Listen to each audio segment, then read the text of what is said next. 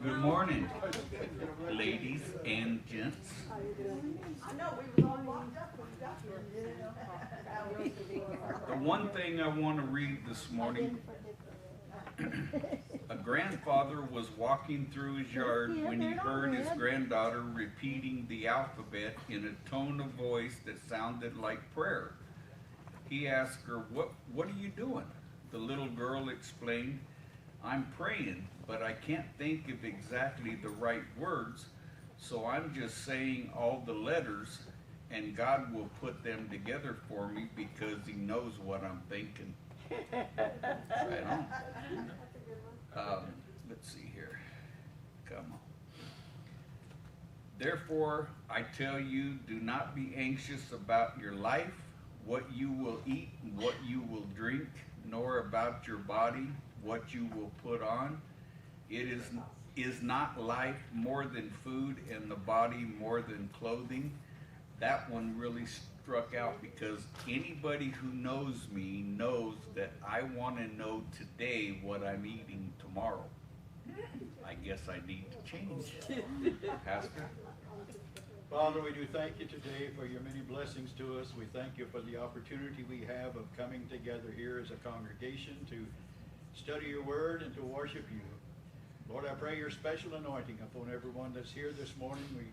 Our Sunday school teacher, we pray that you take the coal off the altar of God and touch her with it and help us, Lord, not only to be hearers, but to be receivers, that we may know how to serve you in a greater way than we ever have.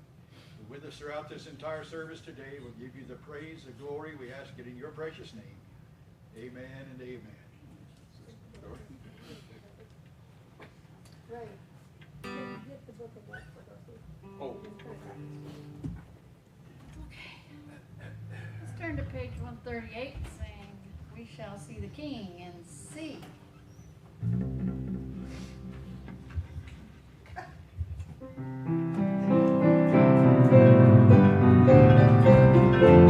There's a blessed tidings coming, coming soon.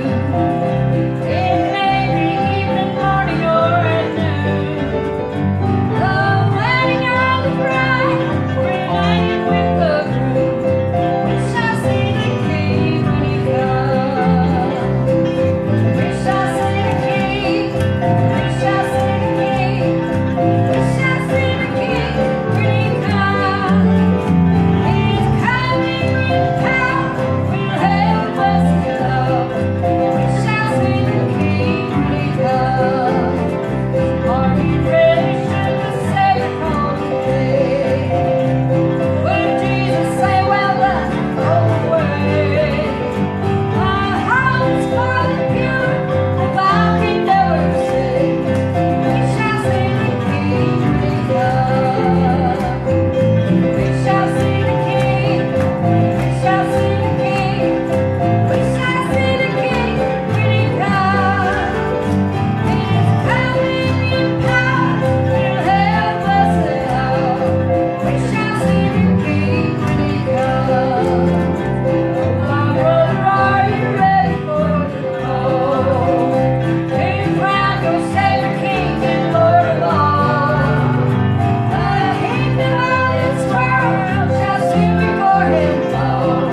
We shall see the King when He comes. We shall see the King. We shall see the King. We shall see the King when He comes. Hallelujah. He is coming in power, with heaven blessed love. We shall see the King when He comes. Now we have us.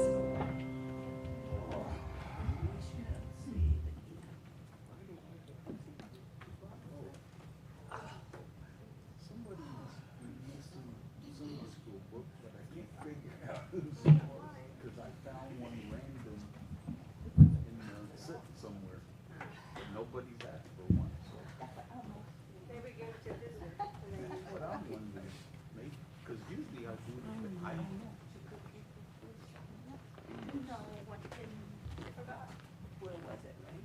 I don't know, just on a random piece, wasn't on nobody's particular. Does anybody know what the lesson's about today? but it's awesome. Job? Anybody want to take a guess that it's Job? I thought it was Job. I'll take a, Or Job? I'll take a 1 in 6 chance that it is. 1 in 6 chances that it's Job, huh? Well, we're on number 3 of number 6. So Job chapter 3, the reading will start at verse number 1. Our central truth today says Christians must faithfully minister to those in pain. Faithfully. To be true to one's word, promises, or vows. That's what faithfully means. When someone tells you something and you say, I'll be praying for you, they are having faith in us that we will pray for their need. Mhm. If you think you're going to be too busy or you're going to forget or you're not going to do it, I would recommend you don't say it. Right. Because then you are telling a big old fat lie.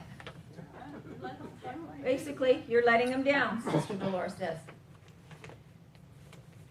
But our job as Christians is to pray for those in pain or in need, whatever their need is. If your need is financial, that's painful. If your need is spiritual, that's painful. If your need is physical, it's painful. So no matter what the need is, you are in pain. And those of us as Christians need to pray for those that are in pain. That's why we have our prayer chain. And as I'm at work, I don't always respond, but I see things pop up all the time. Once in a while, we can't have our phones out, so I keep mine hidden in my top drawer. And occasionally, if I don't have anything to do, I'll just pull the drawer open and hit the button and see what's popped up. I can't always respond because you never know who's going to sneak up on you. And so I don't always respond, but I always do see them, and I always do read them, and I always pray for them as I'm walking and talking and thinking, about the things of God. I always try to remember those prayer requests. That's what that's for. It's a good thing. That's a good tool these days. It's a good tool these days. When we come on Thursdays, we usually spend a good 15, 20 minutes giving in prayer requests. And that's just the 6 or 7 of us that are here. For people that we know, people that have sent us. Sandra was sitting here and she said, I just got to, we were talking, I think Sister Barbara was talking about Christopher, and Sandra said, I just got a prayer request sent to me. That's what people do, because they know this is a praying church. Right? And just like I said Thursday, you guys would be amazed how many requests we get from all over the state. All over. And out of state. All over. We get prayer requests from all over. Got some powerful From people women that, if you have a need, you need that church to pray. Because this is a church that prays. This is a church that prays. When I got that prayer request on Thursday, here's what part of it said. This lady, Rosemary, knows about Grandpa Yeah. and his church. And she asked that we pray for them, And she or pray for her. She just knows about him in her church. Knows about you. Oh, I thought you were talking about her. No, knows about you, Grandpa. It was from Amy. Knows about Amy's grandpa And the church. and the church. So evidently Amy has mentioned things to her about Grandpa's church and the people here that pray. It's got a name for prayer. Like I said last week, when they had the wedding and that gentleman came, and he was so under conviction sitting in here during a wedding, he said, I think I need to, quit drinking and get myself back in church where I belong. That's the spirit that is here. That's the spirit you feel. Yep. And he said that even when he was walking, when he got on the property, he heard that before he even actually got in the church. We are blessed and we are anointed of God. And we need to do what he tells us to do. And one of those things is to pray faithfully for those that are in pain. Well, have you noticed there's just about been somebody new here every Sunday? Almost. People are Most starting every to Sunday come. there's been somebody here. People are starting to come. In the previous lesson, we considered the second of Job's tests, which concerned his physical afflictions. Satan inflicted on him. In that test, Job demonstrated remarkable trust in God by stating, "Shall we receive good at the hand of God, and shall we not receive evil?" The same verse then records that during all of his suffering, Job did not sin with his lips. So as I was thinking about this and studying about this morning, I thought about maybe he had some doubt in his mind, but he never said it. You know, a lot of times we have, one second, Sister Dolores, a lot of times we can think ourselves into being sick. If you just think it and don't say it, you may get away with it not coming to pass. But when you put it out there, and like I said, before, we're not the name it and claim it group, but it does have some merit. If you speak it, you're putting it out there for all the imps to say, "Oh, look, they want a headache today. Boop, I'm going to give them one." They're not feeling good today, so they said they have a stomach ache, so boop, I'm going to put them in the bathroom all day long because they have a stomach ache. You know what I mean? You're putting it out there for things to come upon you. And that may have been what Job, maybe he thought, man, how much more is he, what else is he going to be able to do to me? Sister Dolores? Now, sometimes when we're not much pain, some of the devil's playing too much. He will let you question in your mind, why am I so sick today? Why is this coming upon me? What have I done that would cause, God to allow this to come upon me? Well, We live in this world. we live in this world. Are we any better than Job? I don't see anybody that has blisters from the top of their head to the soles of their feet that are oozing elephantitis like cancer. I don't really see anybody here with that. That's just gross. But I don't, God may have allowed these tests, but Satan was the active perpetrator of the evil that wrecked Job's life. He had to go to God and get permission to do those things to him.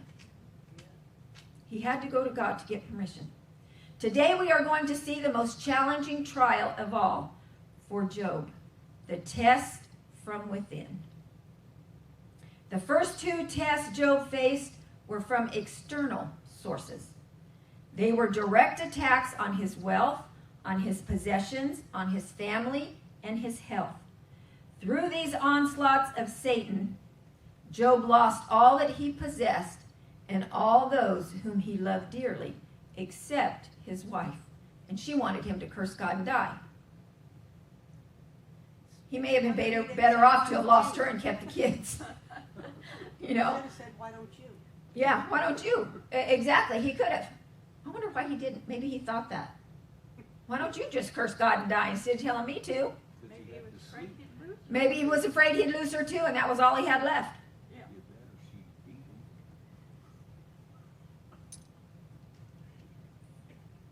After the test, Job lay bare before God, seemingly stripped of all the blessings he had received from the hand of God. With nothing left to distract him, Job began sorrowful introspection that led him to mourn the day he was born. Have you ever been so sick of being sick that you have mourned the day you were born? I haven't. I haven't been to that point that I have ever mourned the day that I was born, but Job was. Other people have. Other people have mourned the day you were born, yeah. You had 3 sisters that probably did that when you were a kid.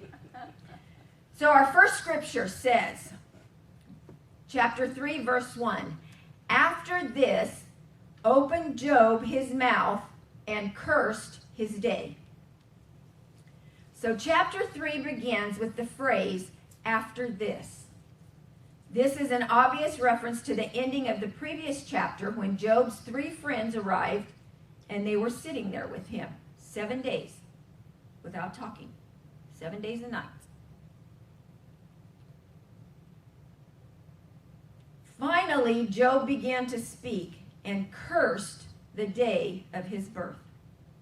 His friends must have been startled when Job started speaking, and they probably were not prepared to hear their friend reveal the depths of his despair. With these words, Job initiated a discussion with his friends that lasted through chapter 37. They had a lot of discussion.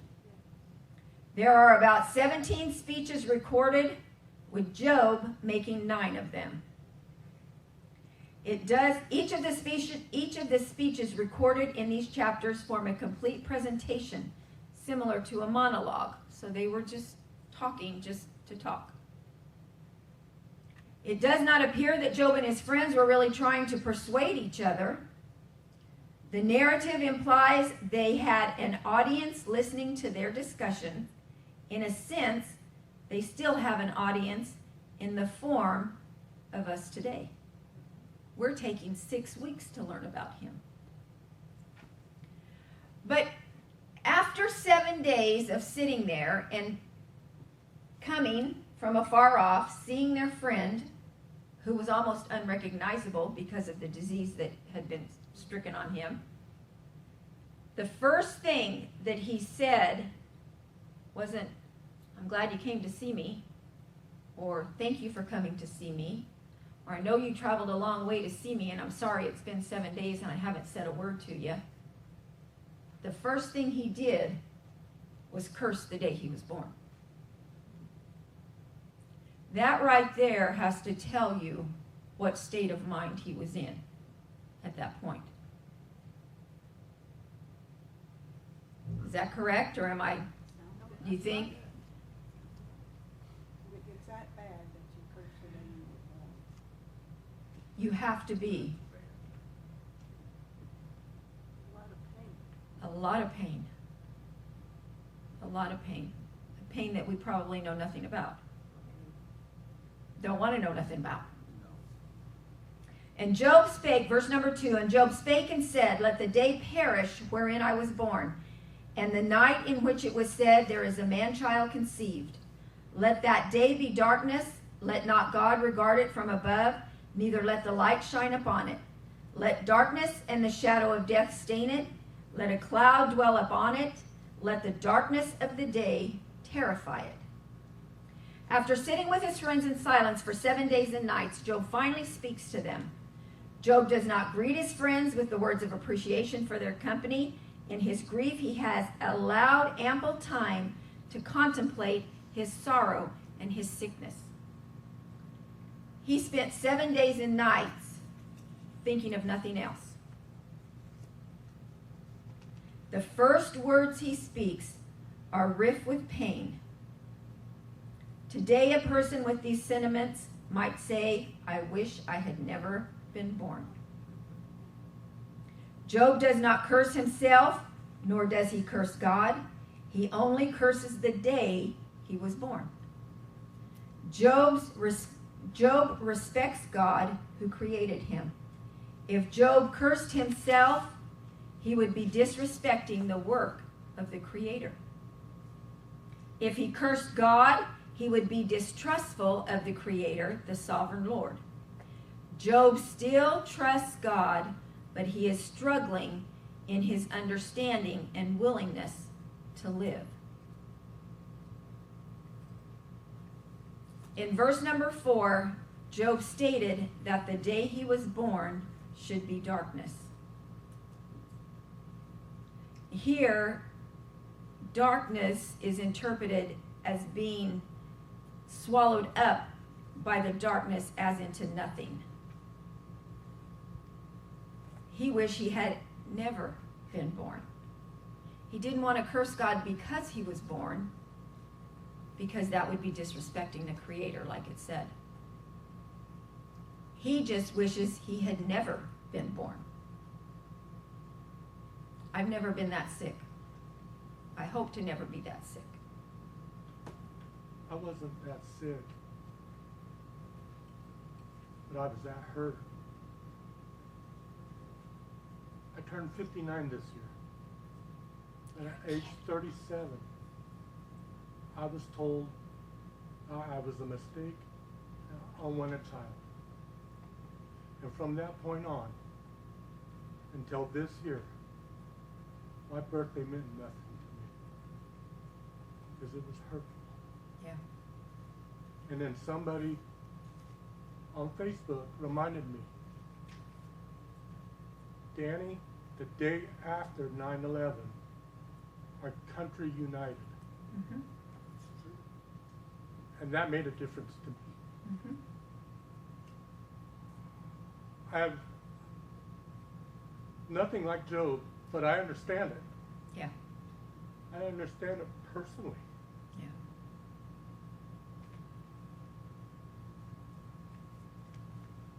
See, that's just things that are not physical, but yet are so hurtful that you would curse the day you were born. What an awful feeling, Danny. What an awful feeling. And shame on whoever said that. Unfortunately, that was my mother. Well, God doesn't make mistakes. No, he doesn't. You were born for a reason. And I held on to that all those That's years. right. That's right. I'm not a mistake. There was a reason I was born. That's right. C.S. Lewis says, we were promised sufferings. They were part of the program. We were even told, blessed are they that mourn. So why do we act so surprised when the morning comes? And not M-O-R-N, M-O-U-R. Why are we so surprised when the morning comes? It's one of the promises. You know, they're not, I had to stand on the word last week. Just like Dad said, there's some promises in there that we really don't want. But guess what? They're there. And for a reason. For a reason. Yep. Exactly. So do we have to stand on those? Yes. And when those bad ones come, then guess what? You get to turn the page. And that's where the good ones are. It's all there. It's all there for a reason. It's there for a reason. Verse number 6, as for that night, let darkness seize up on it. Let it not be joined unto the days of the year. Let it not come into the number of the months. Lo, let that night be solitary. Let no joyful voice come therein. Let them curse it that curse the day, who are ready to raise up their mourning. Let the stars of the twilight thereof be dark. Let it look for light, but have none. Neither let it see the dawning of the day, because it shut not up the doors of my mother's womb, nor hid sorrow from mine eyes. Job then turned his attention to the night he was born. The focus on nighttime should be considered in light of the genre of this section of the narrative. Job may not have been separating the day and the night into two deliberate times. Instead, he probably was simply describing his sentiments for the entire 24-hour day of his birth. In this current condition, he did not comprehend anything positive about any moment of his birth. He wished that every moment of it had never happened. In verse 6, Job desperately longed for his birth date to disappear from the calendar so no one would be aware that he had ever been born. He was born for a reason. He was born to teach us a lesson. That yes, it rains on the just and the unjust. Things happen for a reason. And God is the only one that knows the reason. We have to trust in Him. Behold, let that night be barren, let no joyful shout enter it. He wished that the night had been barren, in other words, that his mother had been barren or childless on that night. He wished he had never been conceived.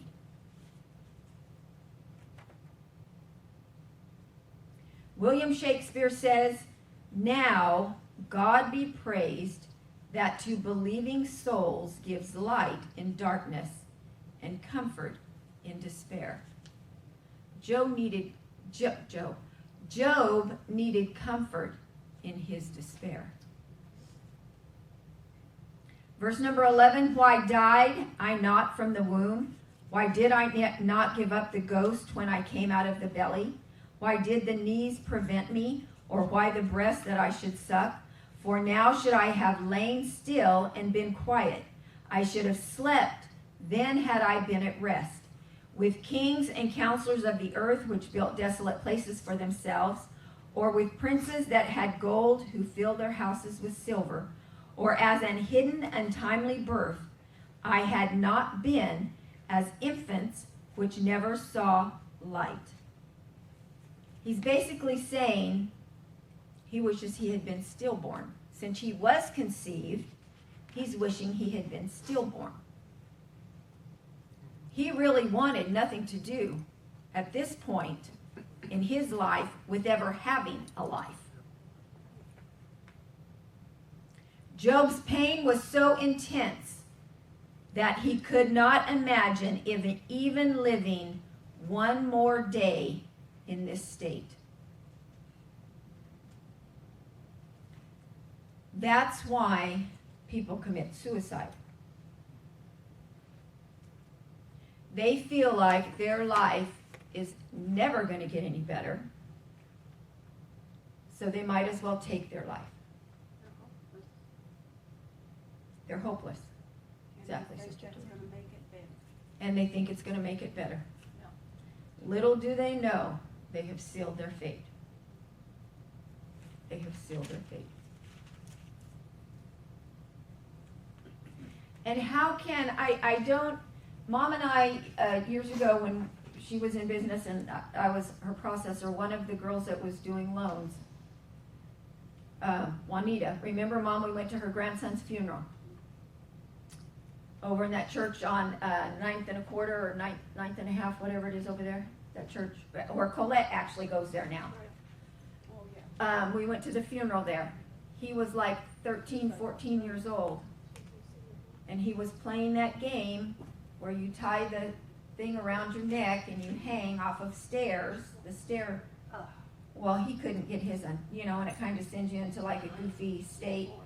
Well, he couldn't get his untied, and he strangled himself. He died.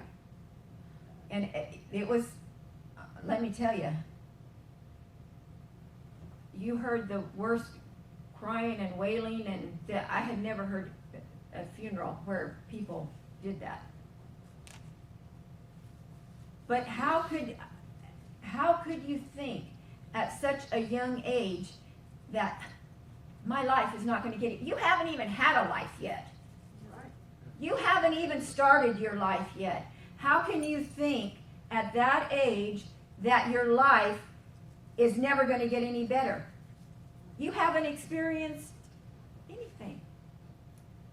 I think a lot of them, they see what's going on around them, and it begins to wear on them just like it does on us, but they can't process it. They're too young to process that, yeah, this is only something I'm going through, it will get better. I don't, and it's not, when people do that, it's not, they've, like I said, sealed their fate. But what about the people that are left? All the questions. all the questions you have about what has happened and that they took their life. But they're not You thinking blame yourself. What could I have done? What could I have done to help them? But they're not thinking about everybody else. They're not, no, they're thinking about themselves. Yeah. Well, Larry's cousin, when her grandson committed suicide, she looked back and she said she could see some signs now. He had called and asked her to take his cat and just some different things. Mhm. But you don't think, in your belief, that your family would commit suicide. Never do it. And said, once it's done, then you look back and think, well, then you get the guilt trip. Right. And my other friend, her nephew committed, she said, I was so mad at him in that casket, I wanted to slap him. Yeah. He said what he put his mother and family through. And it is sad, they don't think about that. Nope. They don't. We had a cousin, Dad's brother's daughter, she committed suicide. It's sad. And then we heard that her daughter also committed suicide. I don't know if that's true because we're not really close to them. But Family suffers. the family is the one that suffers. Definitely, the family. Because, like I said, there's always those questions. What could I have done?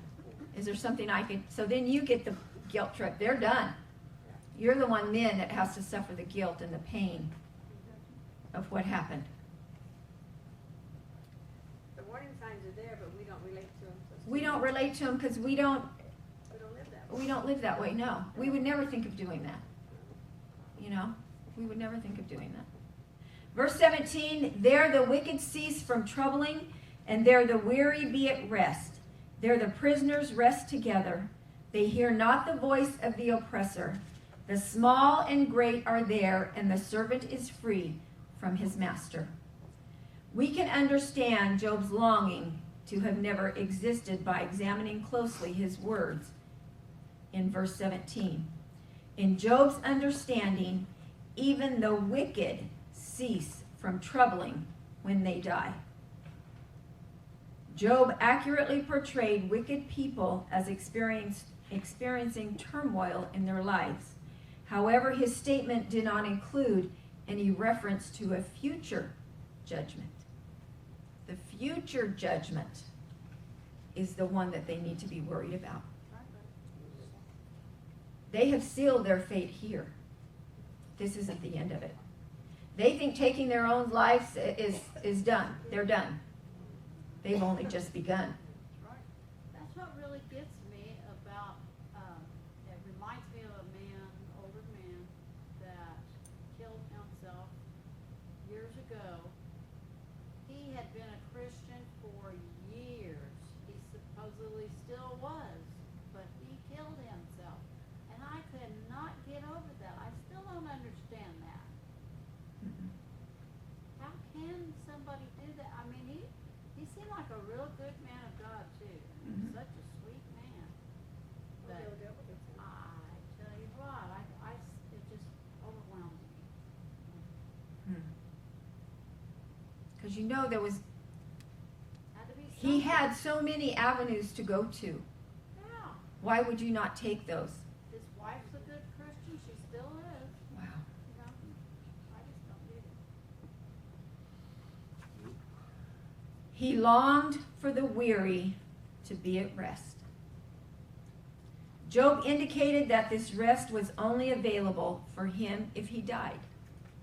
His pain was so deep and intense that he did not imagine any way that he could ever experience any quality of life in the future.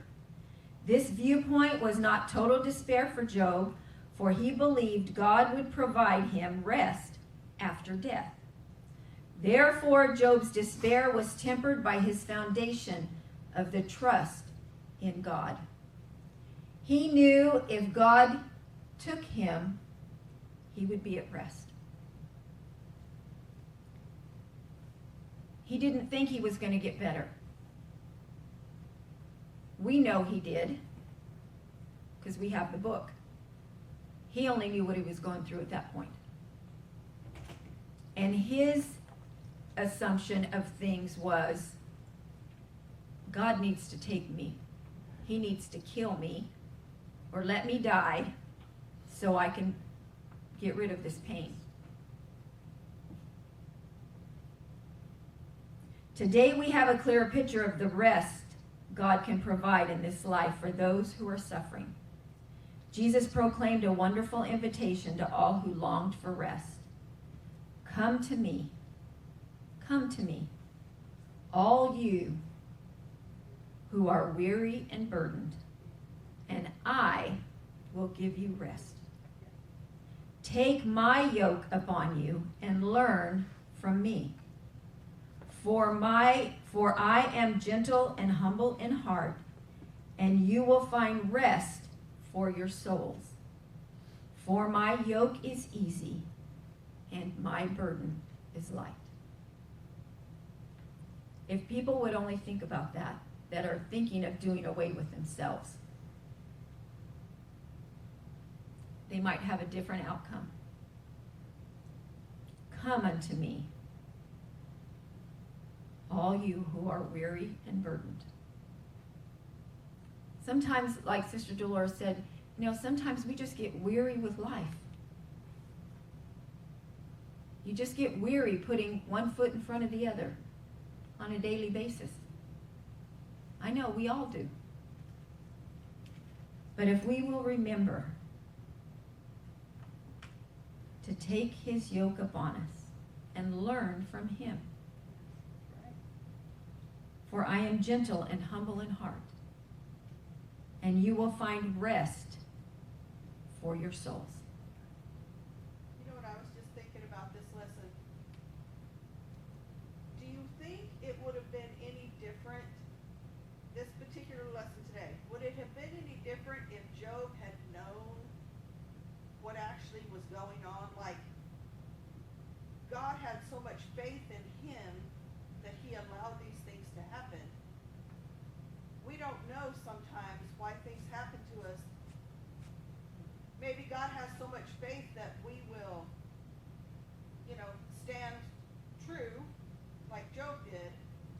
I wonder how he would have felt mentally if he had known why he was going through this, that the devil had said there's nobody down there that will stand for you, and he said, have you considered my servant Job? I mean, that's a pretty high honor. Yeah, of course. In God's eyes. I wonder if he had felt any different if he had known any of that. I'm sure he would have. He probably wouldn't have given us chapter 3 and cursed the day he was born. If he would have known, it's only for a season. And how God felt about it. And how God felt about him. But on the other hand, I wonder what Job would have felt if he would have knew that God said to them, have you considered my servant Job? Why don't you do all those things to him and see how strong he is? You'd think Job would say, I dare you to pull that on me. Why did you pick me out of the bunch? I mean, Because he was the only one, that God knew he was the only one that could take it. Yeah. But I mean, stop thinking about it. Take all of his children, even though God gave him back all of his livestock and gave him much more kids and stuff like that. In his mind, he probably went back many times thinking about those children.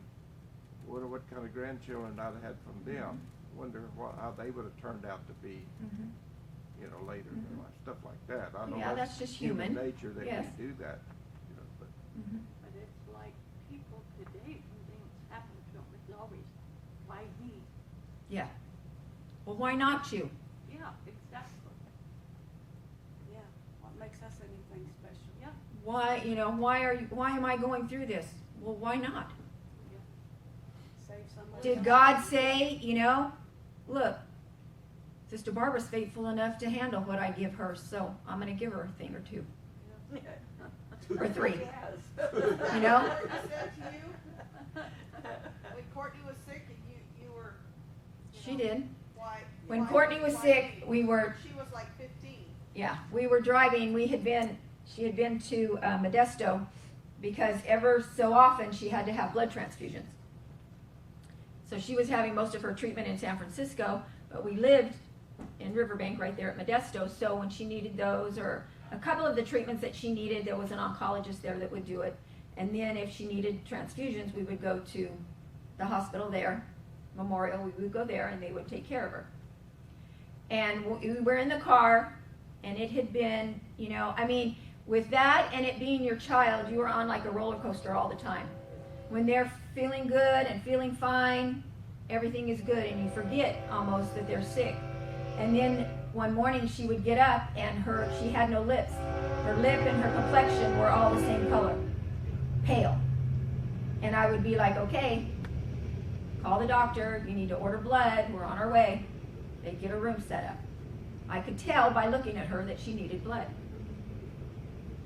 So we were in the car, we were driving down McHenry, and there was this girl walking down the side of the street, and she looked, it was early in the morning, she looked like she had been busy all night, if you know the kind of person I'm talking about, and was wearing kind of raggedy looking clothes. And I just said, why couldn't it have been her that got leukemia instead of you? And my 15-year-old daughter looked at me and she said, Mom, why not me?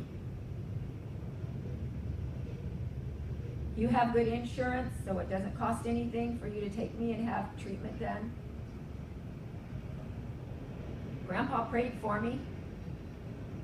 I went into remission after 6 weeks and never came out, which is unusual for someone with leukemia not to have a relapse. She said, why not me? Yeah, she was smarter than most. You know, it was like a slap in the face. She said, what if that girl didn't have insurance? She would probably be dead because she wouldn't have been able to have any treatments. Or no one to take care of. Or no one to take care of her. You know, sometimes we think that poor me, but why not us? Sam? You know, I've thought of this. What if all the Christian people were the only ones that were wealthy, that you could drive by all the churches and find Mercedes and Lincolns, you know, like that, and Instead of find Chevys and Fords. beautiful homes, and all the others that weren't Christians didn't hardly have nothing. Yeah. And you think they would be dying to get into the house of God, give their heart? Of course they But would they be doing it for God or doing it for gain? Verse number 20, wherefore is light given to him that is in misery, and life unto the bitter in soul, which long for death, but it cometh not, and dig for it more than for hid treasures, which rejoice exceedingly and are glad when they can find the grave. Why is light given to a man whose way is hid, and whom God hath hedged in? In this part, Job asks some questions regarding those who are so consumed with misery that they long to die. Job's first question is rather lengthy and concerns several scenarios that describe states of severe suffering. Job first questioned why those in misery receive light instead of being allowed to die. Next, he asked why people who are bitter in soul are not allowed to die. Bitter in soul refers to people who experience extreme grief. Job described death as being an elusive hope for these miserable and bitter souls, even though they may seek it earnestly as one might seek for hidden riches. Job envisioned people who long for death due to their miseries as rejoicing exceedingly if they could die. Perhaps Job had seen such mournful people express relief when they were dying. If so, he also was aware of others who did not die and had to continue living without any relief from their sorrows. Job seemingly could not bear the thought of falling into the last group of sufferers. In verse 23, Job asks, why is life given to those with no future, those God has surrounded with difficulties? Do you know people that have been so sick they wanted to die? Of course we have. And we don't understand why they linger.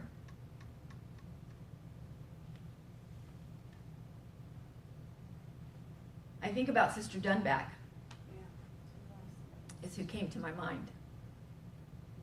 Not that she was sick, per se, but that she just lingered.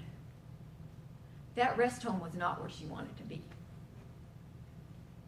And she was there a long time. 7, 8 years. She was there. You know, like I said, not that she was sick per se, but that she was just not able to be at home and be in church where she wanted to be. And she wanted to go. And she wanted to go. But yet she lingered. Maybe she was a blessing to somebody else. She was a I know, you know she was a blessing, because people used to tell Sister Betty, Yeah. you know, she sings and she prays in tongues and she prays for people that come to visit, or those ladies that were in there with her. So she was doing a ministry there that she probably never thought would be her ministry. But yet that was her ministry at that time.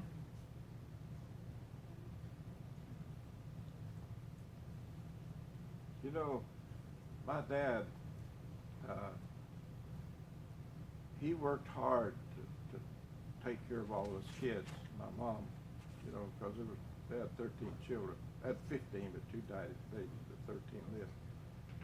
And he was working out in a field when his gallbladder busted inside him. He had pain for quite a while, but he had a farm to take care of, and he never seemed to make it to the doctor. Well, that gallbladder, when it busted, it poisoned his insides and his liver and everything. Ate hole through his diaphragm, and his entrails were coming up in his chest, crushing his lungs. They had to go in and do another surgery to fix that. A few years later, it happened again. They had to go back and do that again. He was just starting to get on his feet and was back working and stuff like that when he had a bad car wreck. 2 drunk guys come out of this bar, got in their car. When they come out on the highway, they went clear over in his lane, him coming down through it. And he died, but they brought him back to life. And he was crippled for the rest of his life, never able to work again. This like to kill my dad on top of the other like to kill him, you know. Mm-hmm. But he lived with that, never got past walking on crutches. And he had 2 or 3 episodes again where he was at death's door. And the chance of him coming out of an going through an operation was pretty bad, but if he didn't have it, he was sure to die, so we had to make the choice for him, you know. But he came through that, but the last time he went to the hospital, he never came out, and he was 64 years old.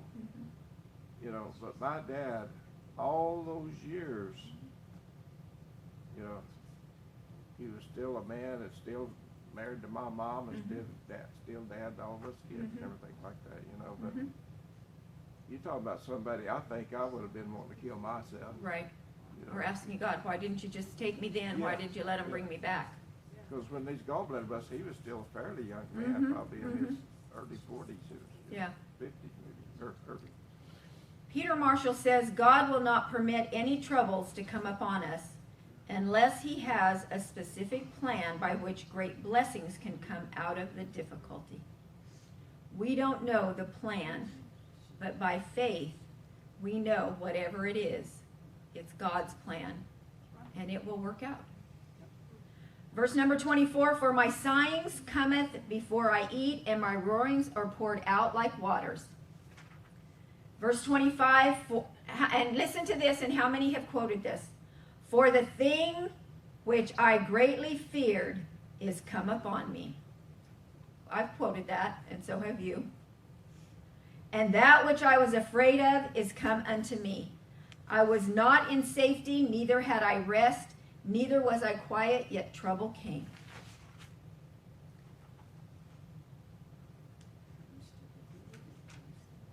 John Piper says, when things are going bad, that does not mean God has stopped doing good. It means he is shifting things around to get them in place for more good, if you will go on loving him. What then did Job greatly fear? What was he afraid of that had come upon him? Job's own words indicate he began to think God had possibly turned against him and that he was no longer in favor of the Lord. Thus, Job's great fear was losing favor with God, not because he had been afflicted. That should be our greatest fear. Exactly. Job's deep despair resulted in some doubt and perhaps depression. Job did not lose his faith and trust in God. And I underlined this and put good next to it, but his vision became blurred by his circumstances. Do we sometimes let our circumstances blur our vision of Christ? Yes. Yes. We must not judge Job too quickly, and we should consider that he lived during the Old Testament era. We must remember he had not heard or read the words of Jesus in the New Testament. He didn't have the scripture, "By these stripes you are healed." Neither did he have King James Version that you could stand on the word. He didn't have any of that. He didn't have that. He wasn't able to consult the scriptures that had been written by the apostles. If he had known the blessed promise of comfort through the Gospels, perhaps Job would not have been afraid that God had turned against him. Instead, Job did not understand why his troubles happened or why God would allow him to experience so much pain and suffering. Shame on us if we get to the point that we either backslide just because of what's coming upon us, because we don't have an excuse. And I don't understand what, people that have been Christians all their life and then to walk away. I can't understand. I don't get it either. can't I don't see get it, how Sister people Dolores. do something like that. I don't get it. Job concluded his first speech to his three friends by saying, "I have no peace, I have no quietness, I have no rest, but only turmoil." With these words, Job described his deplorable condition. He had lost three qualities of life that he previously enjoyed: peace, quietness, and rest. In their place, Job only felt turmoil. His life had been turned upside down, and he was confused and filled with remorse. Job's self-description of his anguish provides us with insight into how people feel when they experience severe grief and pain. By understanding Job's despair, we should be able to minister more effectively to individuals who are experiencing grief due to losses or to their health when it is debilitating. That's why at the start of our lesson,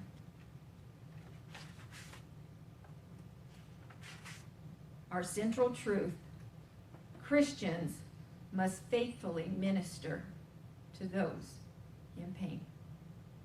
That's our lesson for today.